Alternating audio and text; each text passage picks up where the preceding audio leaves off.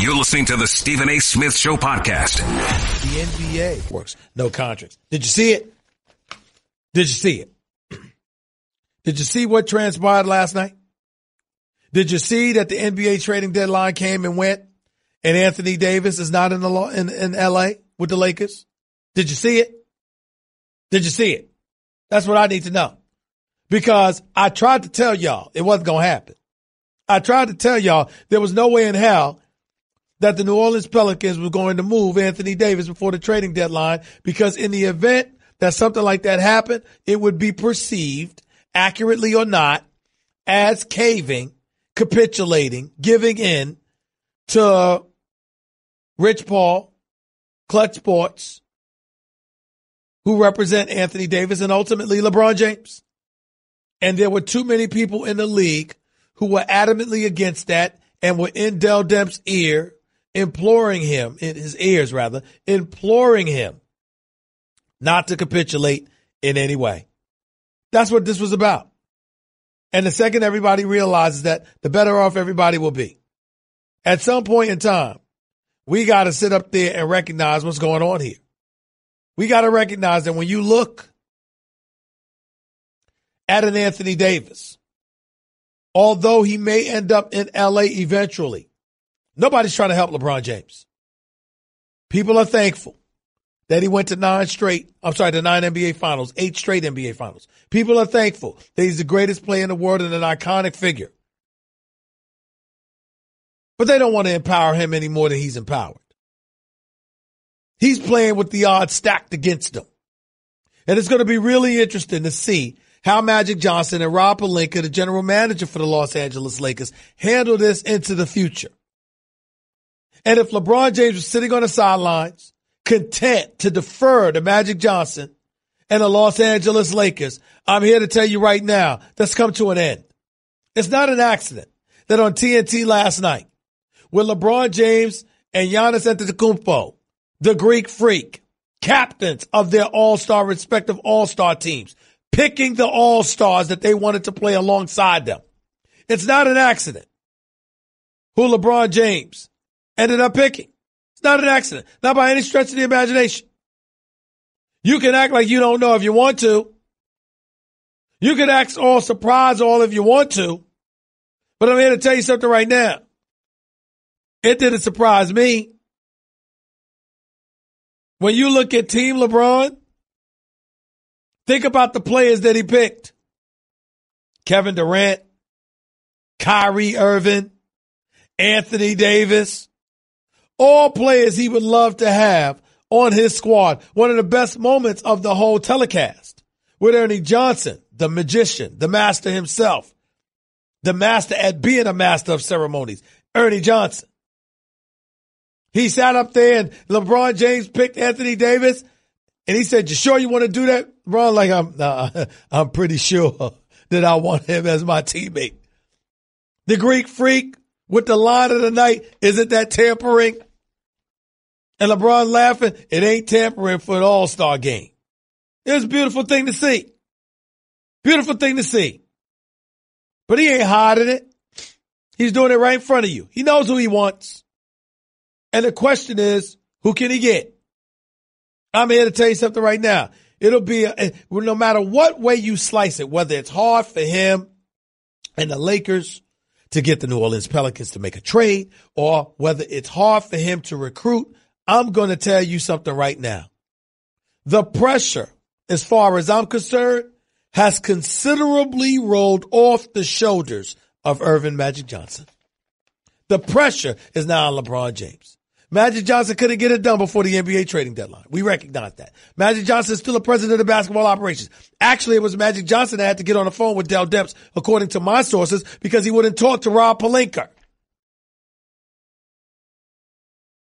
There's plenty of people out there ain't interested in helping Rob Pelinka, who was an agent before he became the GM, who's had a close relationship with Kobe and, of course, Jeannie Buss, whose relationship with others around the league is highly questionable. Now, I have no problem with him. And I think the kind of complaints that you hear about him, you could easily hear about any agent. So it ain't like Rob Pelinka is the devil reincarnated or something. That's not what we're saying here. I'm saying that now that he's a general manager, people are going to pick, parse, and choose what they want to hold against them and what they don't want to.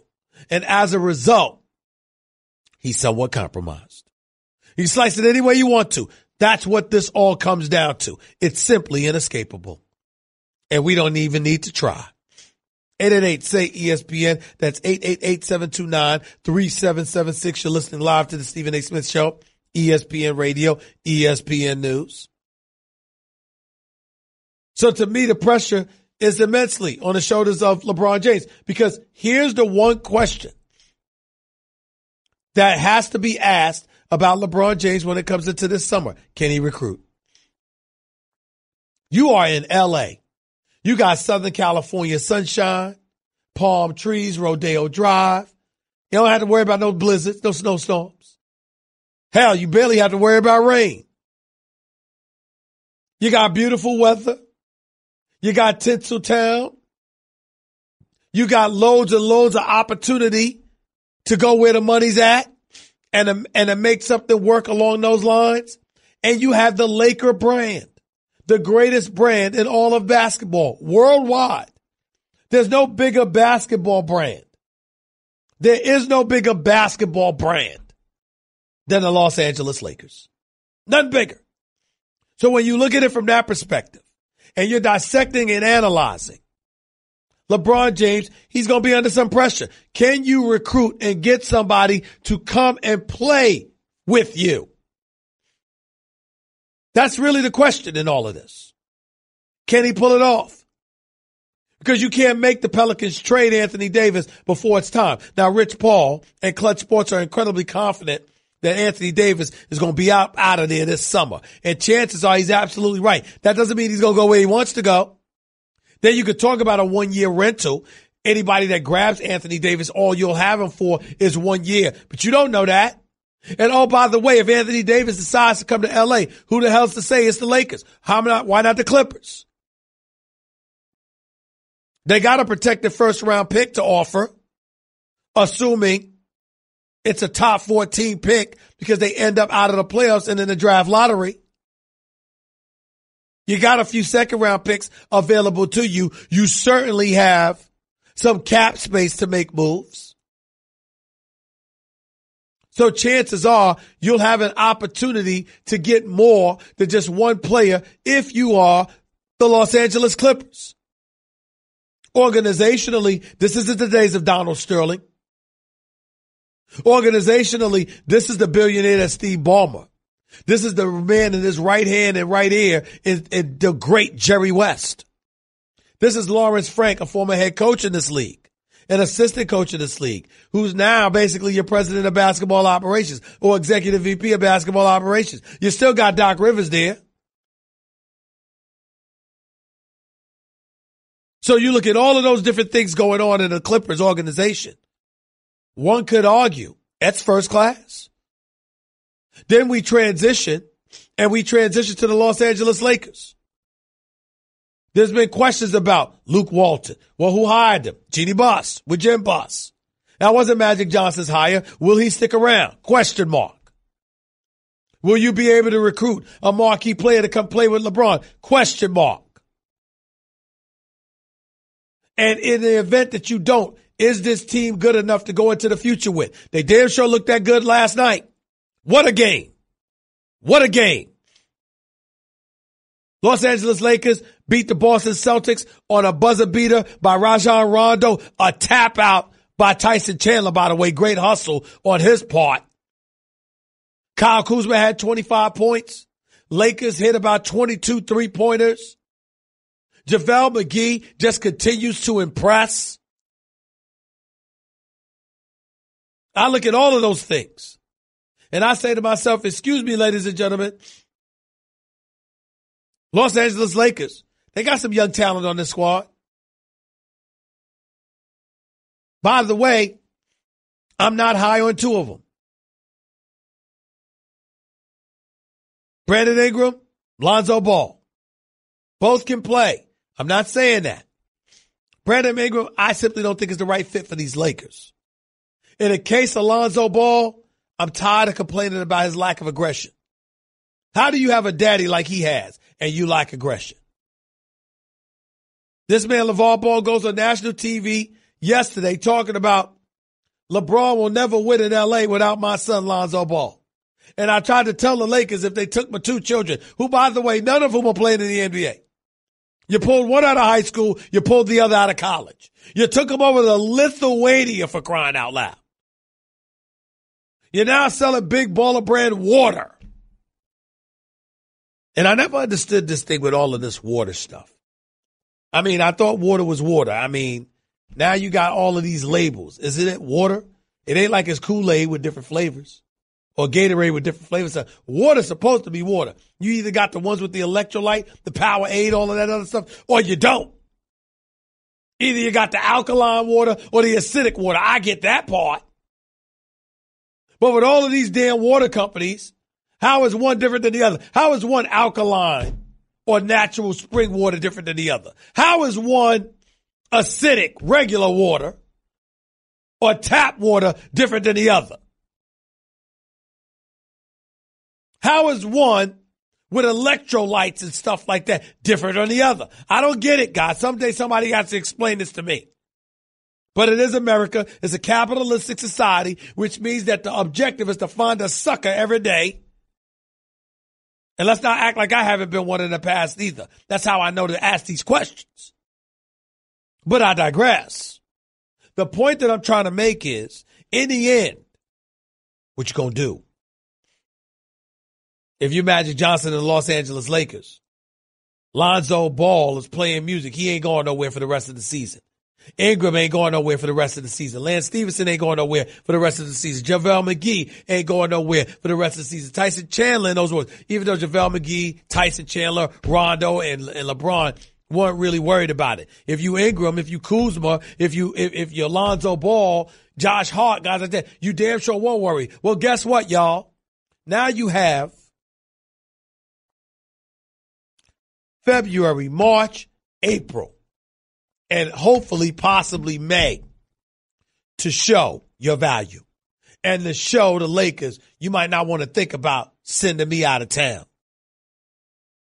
You got 3.5 months to do it. What you gonna do about it?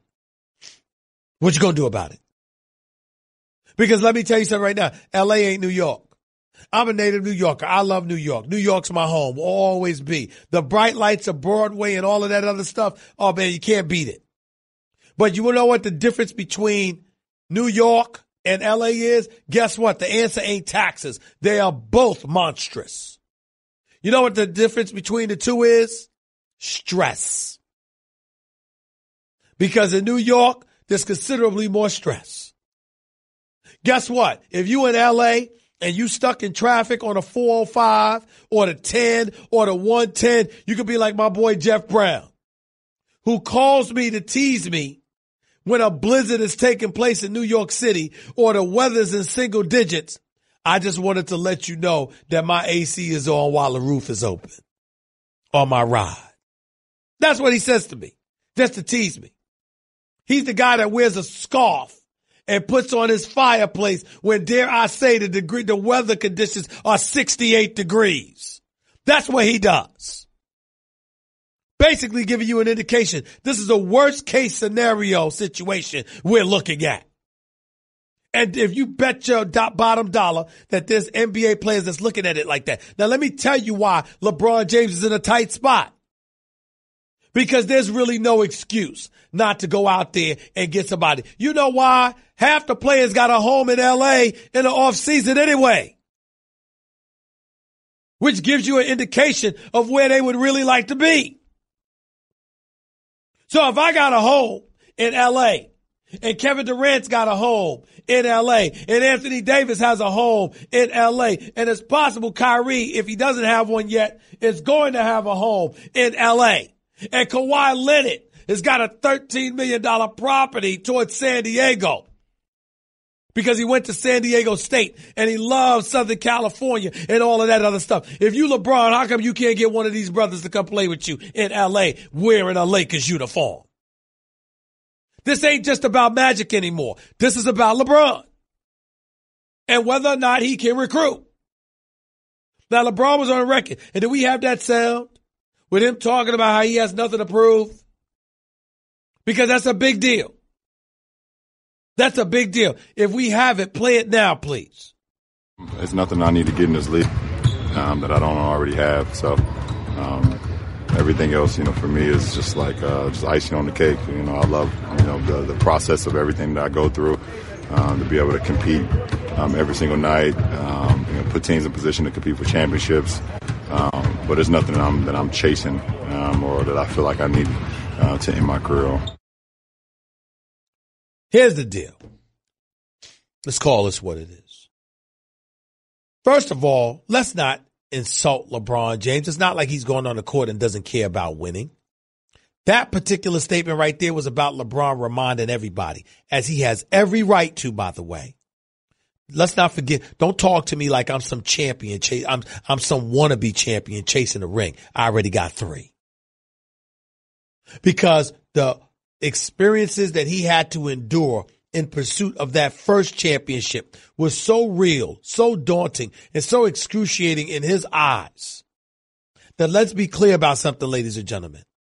He doesn't deserve to have to go through that again. You should not talk to LeBron James. And I'll be the first to admit, I'll come to his defense and tell you, you can't do that to him. You can't talk to him like he's some dude that has never won. And that you got to make sure to hold him accountable and treat him like he's chasing some elusive championship that he's never captured. No, he has 3 of them, ladies and gentlemen. 2 in Miami, 1 in Cleveland. He went to 8 straight NBA finals. You can't tell him anything in that regard, but I will say this. There is something to be said about being the greatest Laker ever to have never won an NBA championship. The only marquee in the history of the Lakers franchise to never have won a championship. I understand you want to throw Elgin Baylor in there, and that's fine. Because he retired the year that Jerry West and those boys won it. He retired midway through that season. But let's understand that there was Jerry West and there was Wilt Chamberlain. And so it wasn't like Elgin Baylor was that dude when he hooked up with Jerry West and these guys. LeBron is still the greatest player in the world. If LeBron doesn't win a championship, he would be that marquee, that one marquee to have failed to bring a championship to L.A. in a Lakers uniform. George Mikan did it. Wilt Chamberlain did it. Jerry West did it. Kareem Abdul-Jabbar did it. Magic Johnson did it. Shaq did it. Kobe did it. If LeBron fails to do so, he will be the only person in the history of the franchise to have failed to bring the chip to L.A. as a marquee. Every single marquee for the Lakers delivered a championship. He would be the first to have failed to do so. Now, you can sit up there and joke around like others have, says, look, man, he's going to do the best he can, but when the season's over, he's going to be chilling in the south of France. All is well. Ain't that simple. It ain't what it was when he was chasing that elusive title, but it ain't as simple they trying to make it out to be either. You got to go and recruit. If I got cats that want to be here and want to buy homes here and want to live here, why am I struggling to get them to play in a Laker uniform when I'm still recognized as the best in the world? I still got game and I'm right here. Why would that be a problem? Ultimately, I have to look at you. If you're LeBron James, because you play for a storied franchise, they got the cap space to bring a marquee dude in here. Can you get them to recruit? Can you get a Kawhi to pass on the Clippers to come to you? Can you get a Kevin Durant to leave Golden State and come help you capture more championships? Or can you perform a mea culpa, acknowledge to Kyrie Irving that, you know what, you could have handled things differently your damn self, and then go about the business of reuniting with Kyrie? I'm not saying that's going to happen because I don't think it is. But I'm just saying these are your options if you're LeBron. Or you can recruit Klay Thompson and say, aren't you tired of being second fiddle to Steph Curry as the greatest shooter on the planet? You can shoot more if you're here. I'll get you the ball. You can do that if you're LeBron. It's something worth thinking about. It really, really is. 888-SAY-ESPN. That's 888-729-3776. That's why he picked the roster that he picked. for the All-Star weekend. Got a whole bunch of free agents you're going to have an opportunity to spend extra time with. Come on to L.A., y'all. What's up? What time is it? Let's do this. That's what he'll probably be saying. We'll see if it works. 888-SAY-ESPN. That's 888-729-3776. That was Straight Talk Wireless, nationwide coverage on America's largest and most dependable 4G LTE networks. Fellas, stop lounging around. Be active. Take your girl out. Go to a game or a concert. Get tickets to something. Plus, the NBA season is heating up, and the time is now to jump on those tickets. For all your ticket needs, look no further than Vivid Seats, the official ticket partner of ESPN. Go to vividseats.com and enter promo code ESPN and get 10% off your first order. Get out, go have an experience, fellas. Get to the game and use what I use. That's Vivid Seats. Learn what affects your credit scores and what you can do to improve them with Credit Karma. Maybe you need to dispute an error in your credit report, or you're paying too much interest. Credit Karma can help with that. Visit creditkarma.com or download the app now. That's creditkarma.com.